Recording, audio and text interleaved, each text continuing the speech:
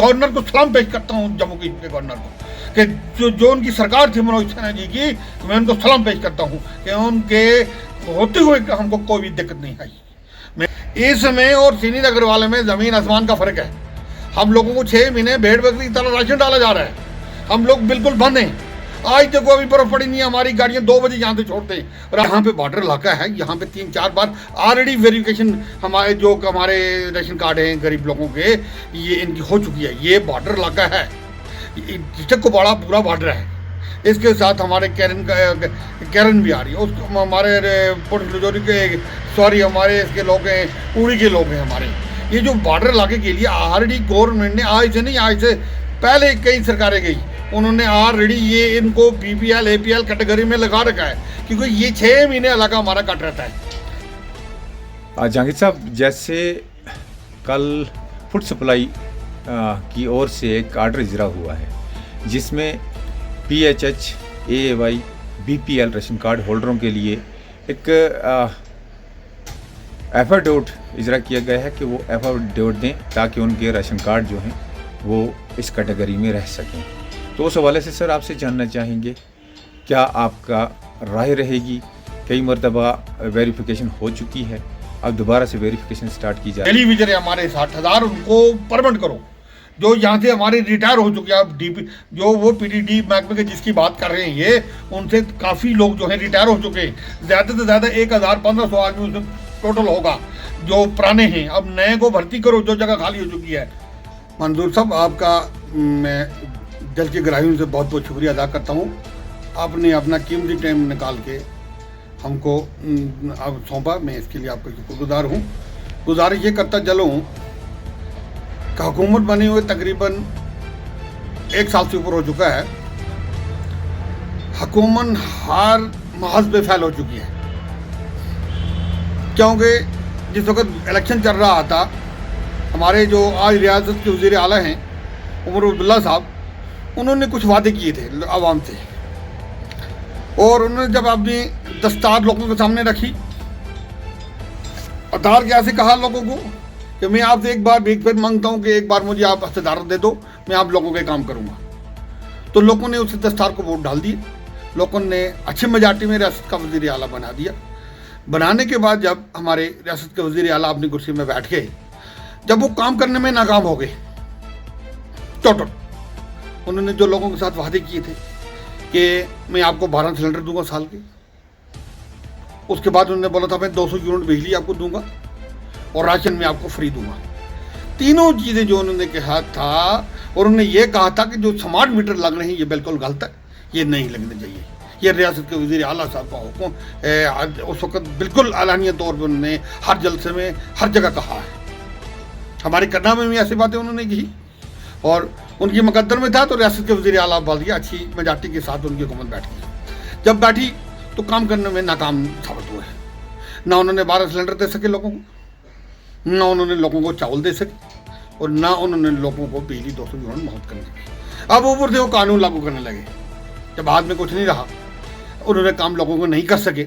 अगर दिल में लोगों की कदर होती तो वो ज़रूर लोगों के काम करते, मगर उनको कुर्सी की पड़ी है, लोगों के ऊपर नहीं पड़ी है। उन्होंने ये काम किया, अब लोगों के ऊपर उन्होंने कानून डालना शुरू कर दिया। अब लोगों को ये कह रहे हैं कि आपकी वेरिफिकेशन होती है। या आपको जाके 10 बजे हम कहाँ पहुँचते हैं? श्रीनगर में। कितनी बार वेरिफिकेशन हम लोगों को करेंगे? जब उनको लोगों को अभी राशन देना था, लोगों को सिलेंडर देने थे, ये देने देना काम हो गई। अब लोगों के ऊपर प्रेशराइज कर रहे हैं। अब ये बोल रहे हमें मीटर नहीं है।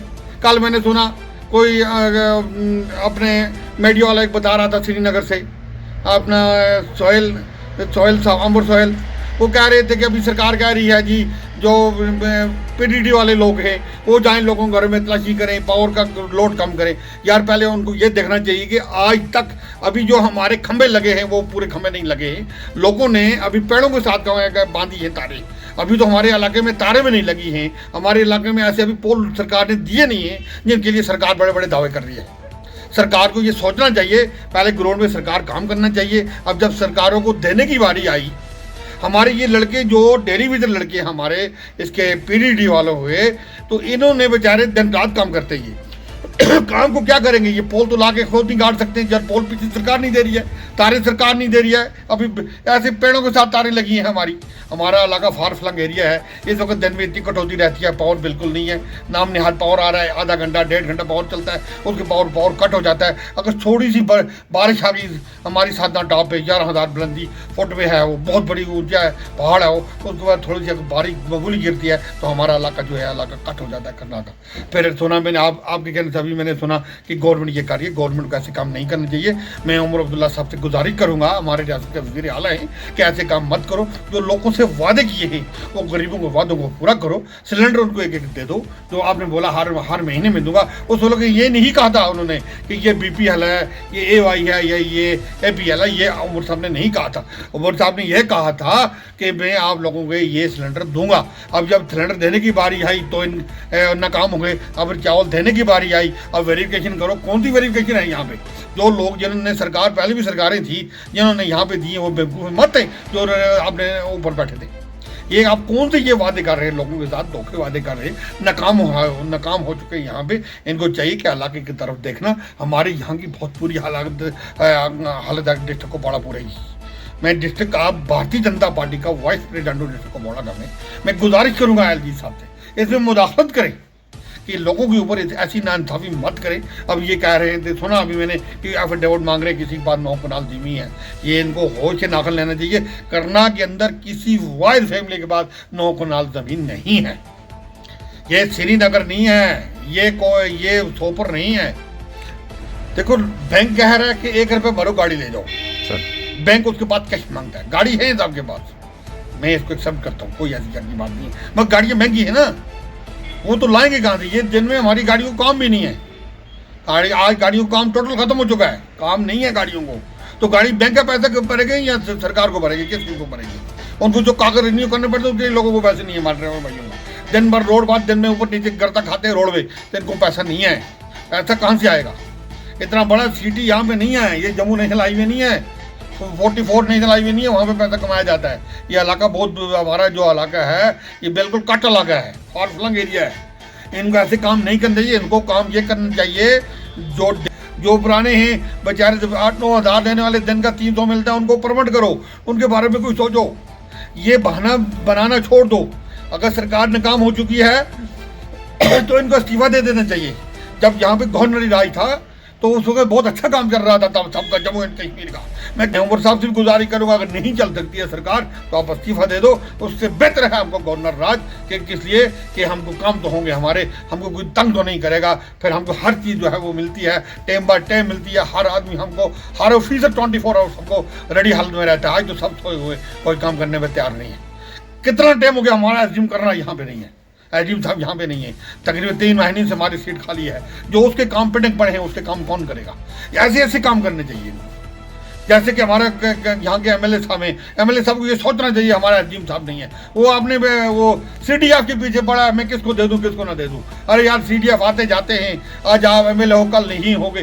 कम से कम लोगों गरीबों के बारे में सोचो। जिन लोगों ने आपको 14,000 वोट दिया है, कल अल्लाह के सामने भी हिसाब को देना है। क्योंकि चलो लोग आपके हिसाब नहीं मांगेंगे, अल्लाह जब मर जाओगे तब अल्लाह के सामने तो हिसाब देना हो, तो क्या हिसाब दोगे इस गरीब आवाम का? इतना क्यों जुल्म करते हो उनके ऊपर? वो काम करो जो हमारे इलाके के लिए ठीक रहेगा। मैं खासकर इंतजामी से गुजारिश करूँगा, हमारे यहाँ पे डी साहब से गुजारिश करूँगा, जो हमारे ये ड्राइवर लोगों को बहुत तंग हो रहे हैं। आज यहाँ से इनकी गाड़ियाँ 2 बजे यहाँ से जाती हैं, वहाँ से तकरीबन सवेरे 8 बजे छोड़ते हैं। श्रीनगर वाला आदमी वहाँ से 8 से 11 बजे तक श्रीनगर से नहीं पहुँच सकता है। सवेरे सर्दी की हद है बहुत ज़्यादा है श्रीनगर में, गाड़ियों में कोहरा पड़ता है। सवेरे गाड़ियाँ 9-10 बजे थोड़ी, वहाँ धूप 11 बजे थोड़ी नहीं लगती है। इसमें टाइम की आगे पीछे की जाए, ये मैं कमांडर साहब से रिक्वेस्ट करूँगा कि इसकी नजरसानी करेंगे, क्योंकि ये टाइम में बहुत तब्दीली लाएँ। क्योंकि हमारे जो यहाँ की पब्लिक है कर्नाटक टंगनार की, ये सफ़र करने में थोड़ी आसानी हो जाए। बाकी मैं कुछ ना कहता हूँ, बाकी अस्सलाम।